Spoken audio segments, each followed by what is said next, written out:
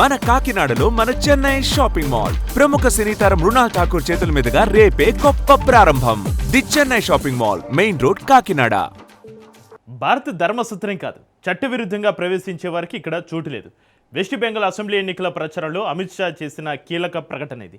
ఆ మాటకు వస్తే బీజేపీ నేతలంతా బంగ్లాదేశీల అక్రమ వలసదారులపైన ఈ తరహా వ్యాఖ్యలు చేశారు. ఇప్పుడు బెంగాల్లో బీజేపీ గెలిచింది. మరి అక్రమంగా రాష్ట్రంలో ఉంటున్న బంగ్లాదేశీల సంగతి ఏంటి? ఈ ప్రశ్నే రెండు దేశాల మధ్య దౌత్య వివాదానికి దారితీస్తోంది.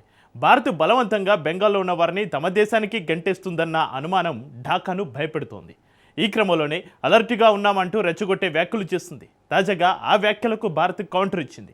బలవంతం కాదు, చట్టబద్ధంగానే బంగ్లాదేశ్లో తరలింపు ఉంటుందని క్లారిటీ ఇచ్చింది. ఇంతకు అక్రమ వలసలపై ఇండియా బంగ్లాదేశ్ మధ్య ఏం జరుగుతోంది? భారత్ నిజంగానే వేల మందిని మెడబట్టి గంటొస్తుందా? సోషల్ మీడియాలో వైరల్ అవుతున్న వీడియోలో నిజమెంత? అన్నిటికీ మించి 17 కోట్ల బంగ్లాదేశ్ ముస్లింలు మమత వెంట ఉన్నారని నహీదీ ఇస్లాం ఎందుకన్నాడు? Let's watch.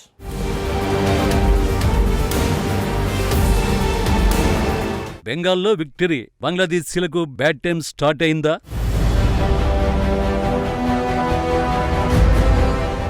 బీజేపీ సర్కార్కు భయపడి వేల మంది బార్డర్ దాటేస్తున్నారా?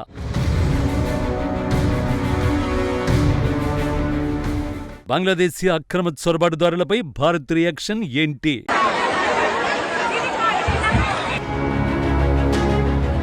వెస్ట్ బెంగాల్లో బీజేపీ రికార్డు విక్టరీ తర్వాత సోషల్ మీడియాలో ఓ రేంజ్లో వైరల్ అవుతున్న వీడియోల్లో ఒకటే ఇది. బెంగాల్లో బీజేపీ అధికారంలోకి వస్తే తమ ఆటలు సాగవని బంగ్లాదేశీ అక్రమ వలసదారులు భయపడుతున్నమాట నిజమే. తమను మెడబట్టి బయట గెంటేస్తారని ఆందోళన చెందుతున్నది నిజమే. కానీ సోషల్ మీడియాలో వైరల్ అవుతున్న వీడియోలు మాత్రం పూర్తిగా నిజం కాదని ఫ్యాక్ట్ చెక్ లో తేలింది.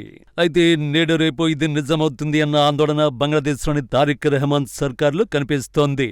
ఈ క్రమంలోనే బెంగాల్లో బీజేపీ ఘన విజయం సాధించిన తర్వాత నోరు పారేసుకుంది.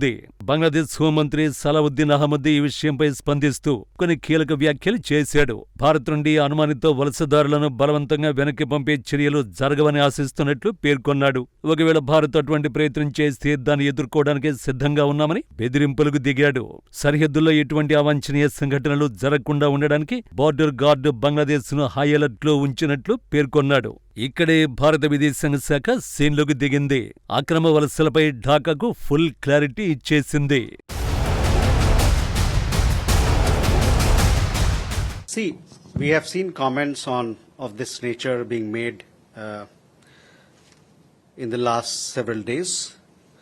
These comments must be seen in the context of the core issue of repatriation of illegal Bangladeshis from India. This obviously requires cooperation from Bangladesh. Over 2,860 cases of nationality verification are pending with Bangladesh, and some of it, or several of it, a lot of it, for over 5 years. Bangladesh వాడుతున్న push back అంటే బలవంతంగా తోసేయడం అనే పదాన్ని భారత్ ఖండిస్తోంది. మేము ఎవరిని బలవంతంగా తోసేయడం లేదు. ఇది అక్రమంగా వచ్చిన వారిని చట్టబద్ధంగా వారి సొంత దేశానికి పంపించే ప్రక్రియ. దీనికి మీ సహకారం కావాలి అని రణధీర్ జైస్వాల్ స్పష్టం చేశారు.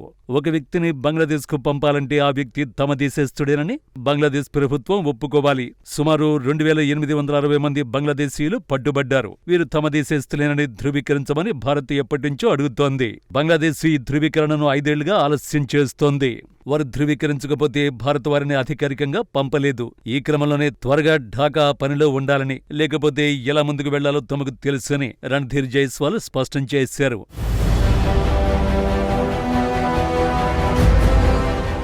Our policy, as you very well understand, is that any foreign national who is illegal in the country, he or she must be repatriated as per our laws, procedures and established bilateral mechanisms and arrangements. We expect that Bangladesh will expedite nationality verification so that repatriation of illegal immigrants can take place in a smooth manner. Bangladeshi అక్రమ వలసదారుల గురించి భారత్ దగ్గరున్న 2860 మంది అన్న లెక్క చాలా చిన్నది. వీరంతా పట్టుబడిన వారు, పట్టుబడని వారి సంఖ్య లక్షల్లో ఉంటుందని బీజేపీ నేతలు ఎప్పటినుంచో ఆరోపిస్తున్నారు.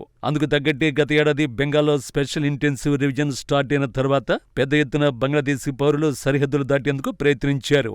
ఎస్ఐఆర్ నిర్వహించినప్పుడు దొరికిపోతే తమను అరెస్ట్ చేసి డిటెన్షన్ కేంద్రాల్లో పెడతారని, తమ జీవితాలను పూర్తిగా ప్రమాదంలో పడేసుకోవడం కన్నా స్వదేశానికి వెళ్లిపోవడమే మంచిదని భావిస్తున్నట్టు వలసదారులు చెప్పారు. అక్రమంగా వలస వచ్చిన వారిలో చాలా మంది కోల్కతా, బిరాటి, ఘుస్రీతో పాటు చాలా ప్రాంతాల్లో రిక్షా నడుపుకోవడం నుంచి షాప్స్, హోటళ్లు, ఇళ్లలో పనిచేయడం వంటి అనేక పనుల్లో కుదిరారు. వీరిలో 10 ఏళ్లకు పైగా భారత్లో నివసించిన వారు కూడా ఉన్నారు. అవుట్ పోస్ట్ నుంచి ప్రతిరోజు 150 నుంచి 200 మంది బంగ్లాకు తరలిపోయినట్లు అప్పట్లో బీఎస్ఎఫ్ అధికారులు తెలిపారు.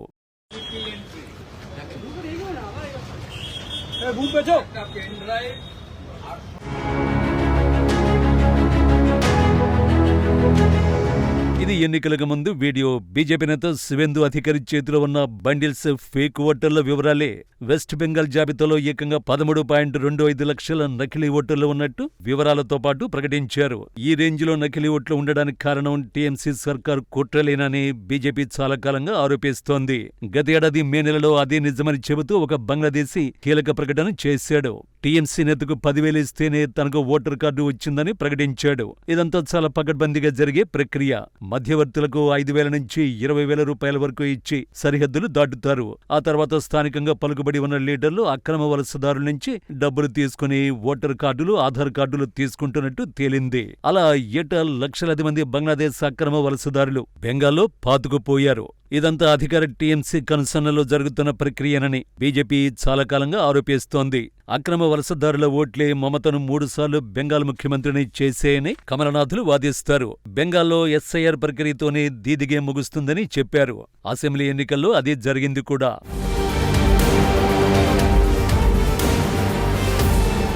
మరోవైపు బెంగాల్లో బీజేపీ ప్రభుత్వం వస్తే national register of citizens NRC, పౌరసత్వ సవరణ చట్టం సిఏఏలను కఠినంగా అమలు చేస్తారని, చొరబాటుదారుల్ని వెలివేస్తారని ఎన్నికల ప్రచారంలో బీజేపీ నేతలు పదే పదే ప్రకటించారు. కేంద్ర హోంమంత్రి అమిత్ షా అయితే భారత్ ధర్మసత్రం కాదని సంచలన ప్రకటన చేశారు. భారత్ అనేది ధర్మసత్రం కాదని, చట్టవిరుద్ధంగా ప్రవేశించిన వారికి ఇక్కడ స్థానం లేదని ఎన్నికల ప్రచారంలో స్పష్టం చేశారు. బీజేపీ అధికారంలోకి వచ్చిన వెంటనే రాష్ట్రంలో మార్పు ప్రారంభమవుతుందని, అక్రమ చొరబాటుదారులను స్వదేశాలకు పంపించే చర్యలు చేపడతామని తెలిపారు. ఇప్పుడు బీజేపీ గెలుపుతో ఎక్కడ తమను గెంటేస్తారన్న భయంతో సరిహద్దు జిల్లాల్లోని చాలా మంది అక్రమ వలసదారులు స్వచ్ఛందంగా బంగ్లాదేశ్ కు వెళ్లే ప్రయత్నాలు చేస్తున్నట్టు నివేదికలు చెబుతున్నాయి. సరిగ్గా ఇలాంటి సమయంలోనే బంగ్లాదేశ్ నుంచి మమతకు అనూహ్య మద్దతు వచ్చింది. బంగ్లాదేశ్ నేషనల్ సిటిజన్ పార్టీ నేత ఎంపీ నహీద్ ఇస్లాం సంచలన వ్యాఖ్యలు చేశాడు. పశ్చిమ బెంగాల్లో లక్షలాది మంది ముస్లింలు, మతువా కమ్యూనిటీ ప్రజల ఓటు హక్కును అన్యాయంగా హరించారని ఆరోపించాడు. అలాగే తాము మమతా బెనర్జీకి మద్దతునిస్తున్నామని ప్రకటించాడు. అంతేకాకుండా ఆమె న్యాయ పోరాటం చేయాలని, బంగ్లాదేశ్లోని 17 కోట్ల ముస్లిం సోదరులు ఆమె వెనుకే ఉన్నారని చెప్పాడు.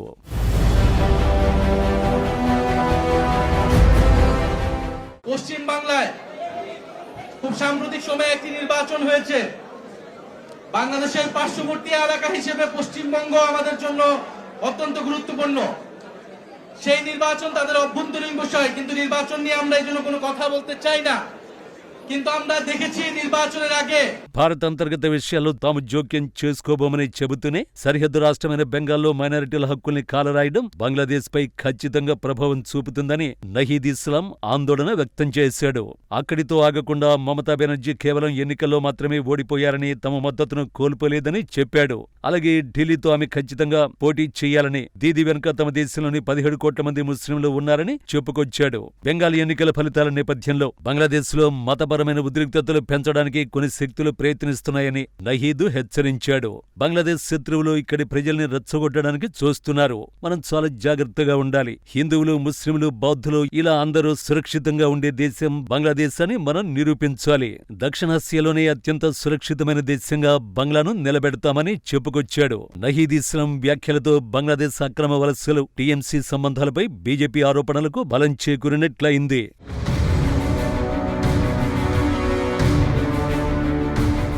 మొత్తంగా బెంగాల్లో బీజేపీ గెలుపు బంగ్లాదేశ్ అక్రమ వలసదారులకే కాదు ఆ దేశ ప్రభుత్వానికి ఆందోళన కలిగిస్తోంది. ఈ విషయంలో ఢాకా సహకరించకపోతే భారత్ బంగ్లాదేశ్ మధ్య దౌత్య వివాదాలు ముదిరే అవకాశాలు లేకపోలేదు.